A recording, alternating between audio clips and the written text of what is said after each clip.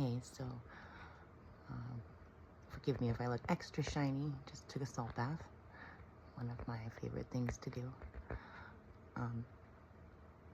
This one might bounce around a little bit, but I had an experience yesterday which was pretty interesting. First, I want to start off by asking if anybody knows about the story of Kuan Yin.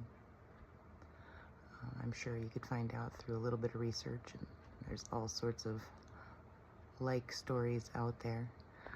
But Kuan Yin was one that was willing to dive into the depths of the darkness and feel it all in order to share the wisdom gained. And I relate really closely to that energy. You know, we're all everything. Everything is everything. And some of us can learn the depths of ourselves and see which kind of energies resonate with the story we've been living out, programmed or otherwise. And I can see that that's what I've been doing this whole time. You know, my willingness to feel everything and to have experienced so much in this life by choice before coming here. And my choice to always feel it and not close my heart no matter what it was that I would face allows me to identify the beautiful patterns and then share them out loud. And for some they resonate and for some they don't.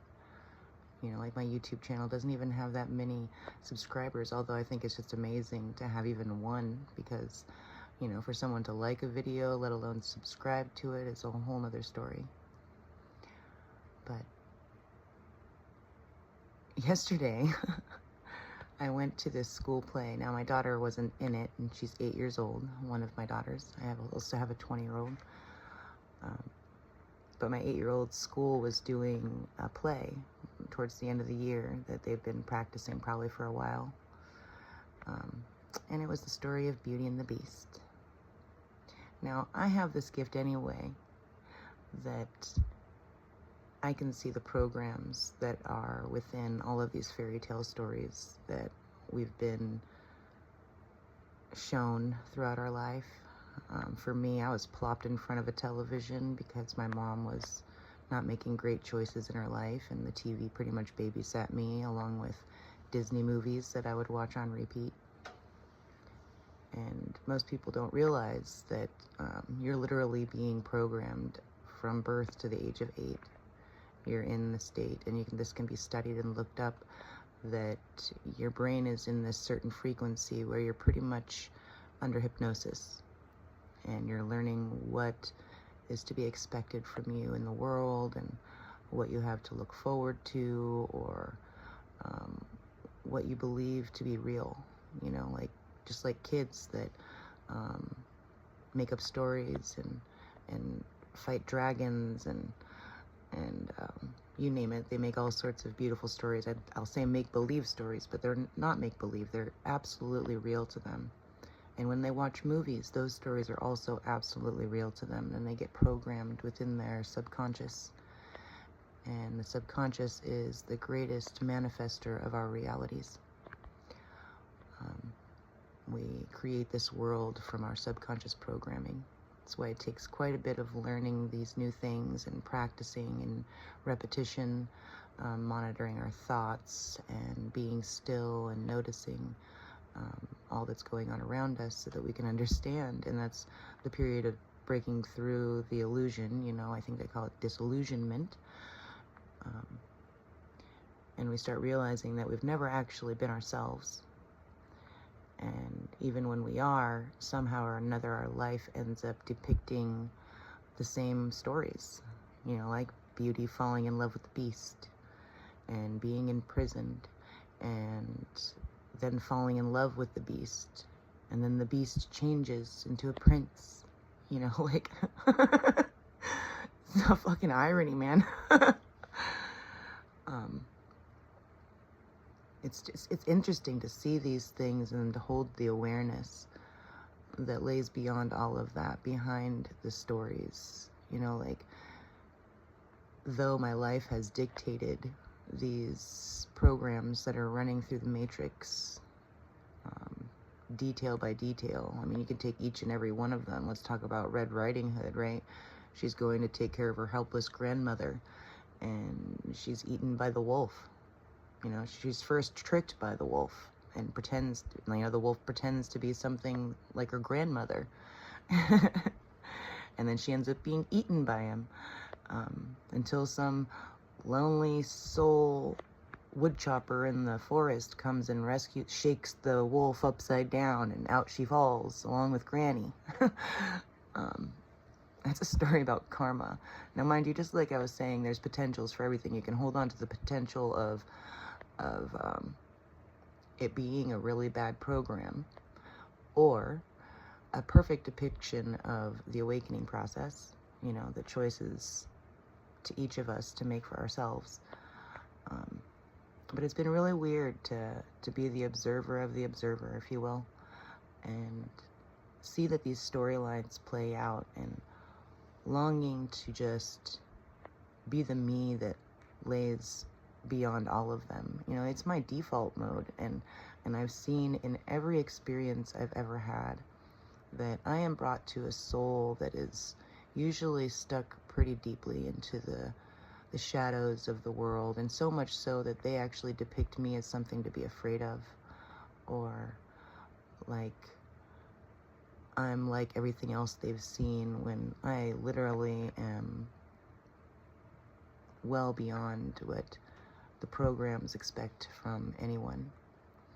So much so that I do this. I sit and put myself on blast. I say the truth that lays within my heart. I speak on the pains in which it brings up, and what it feels like to be depicted as something maybe I'm not.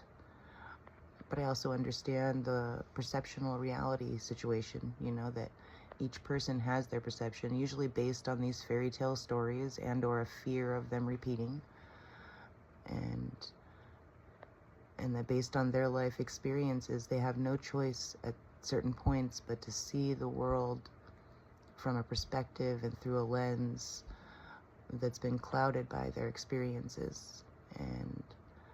And they'll look at something, and even if they want to see the best in it, they still feel as though it's questionable and not something of integrity. And that's creative, and if a person's not strong enough or soft enough, open-hearted enough, then they would take that personally. That's my speaker. And yeah, I feel kind of low in power today, to be truthful. But it is what it is. I've allowed myself to surrender to feeling and to identifying how things work. And, because of these beings that hold these perceptions, they want to see something in a negative light and don't realize the power of their thoughts and their focus and their feelings. So if people aren't strong enough, you would look at somebody that has good intentions, and I do this, and I catch myself when I do. We look at something that could be a beautiful experience, or something divine that's come into our path to help us grow or help us see ourselves better. And we end up superbly afraid of it, feeling like it's the old pattern. Meanwhile, not realizing that we're literally placing that overlay upon them, kind of like downloading that program on them, so that they have no choice really but to depict exactly what it is that we're afraid of. And the mind is a very powerful thing that operates our world, and so all the things that we see can begin to validate whatever that fear-based thought program might be. And it's just sad that we do that. It's like self-sabotage, and it gets so deep that we want to just isolate ourselves and convince ourselves that But there's nothing out there that's not the program, and not realizing that we're the ones programming it, and we're the ones deciding what it is before we even test the waters. I'm super famous for testing the waters and finding out definitively by watching a person's genuine heart, seeing who they genuinely are in a personal experience, and sometimes finding out rather quickly that it's based in fear, and it's not really open to a new existence. And sometimes that's disheartening. And I can't tell you like how painful it is to get into situations where you really, and this one I'm really used to, completely loving someone and inevitably finding out that they see you in some distorted fashion because you can't do anything about the veils that are over their eyes and how it is that they perceive you. And so they hold themselves back and or start projecting the way that they feel about the world on you, and maybe treating me or whoever it is that would relate to this like something that is not safe or that has some selfish agenda, because again, that's their fear, rather than seeing the truth. And it's sad that there's nothing that we can do to tear the veils for these people, because they have to be willing to open up enough to truly see what's in front of them.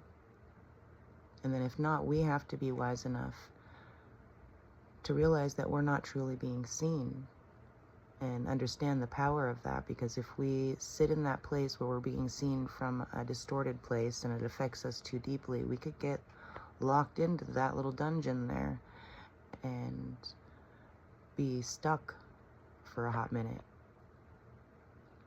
And I only dive in for very short periods of time before I realize the energy that I'm given. And there could be a lot of pretty stories and reasons in which people that live with these veils over their eyes choose to live. But that's still them manifesting the reality that they want, And I have to honor that. If people want to see everyone as an enemy that they need to hide from or discern is unsafe and tread super carefully, like most people don't know their creative power to a degree that they understand that it's like always happening, and that it could be happening when it shouldn't be, when there's like a chance to tear through that veil and go to another level, and myself included, because there's times that I get busy trying to defend myself to something that isn't even my story. Somebody accusing us of doing something that they're in fact actually doing, like saying, I don't deserve to be seen that way. And meanwhile, we're the one that doesn't actually deserve to be seen in the way that we're being seen, having to go into explanations of how things are manipulative to some degree or another. And really, we're the ones being manipulated, especially if we're spending any ounce of energy or time in trying to explain ourselves to a distortion, Like, we so badly don't want to be seen in such a light and want to be seen truly for who it is that we are, but we still end up buying into the narrative that we need to prove something to somebody, or anybody for that matter, no matter how much time you've spent with them and whatever the case might be. We end up doing some weird stuff. I talk to people and I use this little story as an example. Many times, actually, I have. If somebody calls me a purple dinosaur with green polka dots, am I supposed to go into explaining how it is? No, really, I'm not a purple dinosaur with green polka dots. I swear. Like, look, I do this and I do that, and I don't do this and I don't do that, so I'm obviously not a purple dinosaur with the green polka dots. And the conversation would still keep going, or whatever might still be happening, where I'm still seen as a purple dinosaur with green polka dots. And I'm like, no, I'm telling you. And then tears might start flowing. I am not a purple dinosaur with green polka dots. Well, if I know I'm not a purple dinosaur with green polka dots, wouldn't I just go about my business doing whatever it is that I'm doing, and not even paying? Would it even affect me at all? You know, unless I was buying into that full narrative that I was the purple dinosaur with green polka dots. Like, literally instead making myself look like a purple dinosaur with green polka dots by trying to defend said honor of this imaginary purple dinosaur, you know, and then end up looking like a purple dinosaur with green polka dots, and it just validating their opinion on the fact that I'm a purple dinosaur with green polka dots. Sorry, I'm saying that so many times, but it's just an example, you know, like, if it's not true about you, then there's nothing to defend, and there's nothing to have to explain. And it's really not a place that my energy belongs if I'm being depicted as a purple dinosaur and I'm not. And it definitely shouldn't affect me in any way. I should just be able to move on and be me, which is not a purple dinosaur, and be okay with that. But this world is programmed differently, where people will have an opinion and we just trying to prove ourselves to someone that doesn't even really want to see. They just want to see what it is that they want to see. And this is not applying to any one person. This is an experience I have had over and over again, enough so that I have recognized each and every pattern in it, and how we've been programmed to have these patterns through all the movies that we watch and the stories we've been told, as nursery rhymes. And I am so tired of the programs. I just want to go to the beach, sit by some water, enjoy the presence of people that are like-minded, and let go of the old narrative. Not feel like I have to stay so busy doing things and creating things just so that I can avoid the program, rather than rewriting it by diving in head first. You know, I likely will never stop diving in, because that's who I am, and that's how I learn, and that's how I unfold who I truly am at a core and soul level. So best believe, ain't nothing gonna stop me from learning more about the source in which I and all of us are, and sharing these truths for people that might still be struggling in these sections of our evolution, and give them the keys to their freedom. Allow them to see that these patterns exist, because they do, and be willing to be the conduit of this information, like the activation portal that I am. And just wanted to share all that, put myself on blast like I love to do. So hope you all have a beautiful day, and I hope you identify the patterns and do something different. Reverse engineer this matrix program, and not by running from it, but by changing it. All right, love you guys. Have a great day.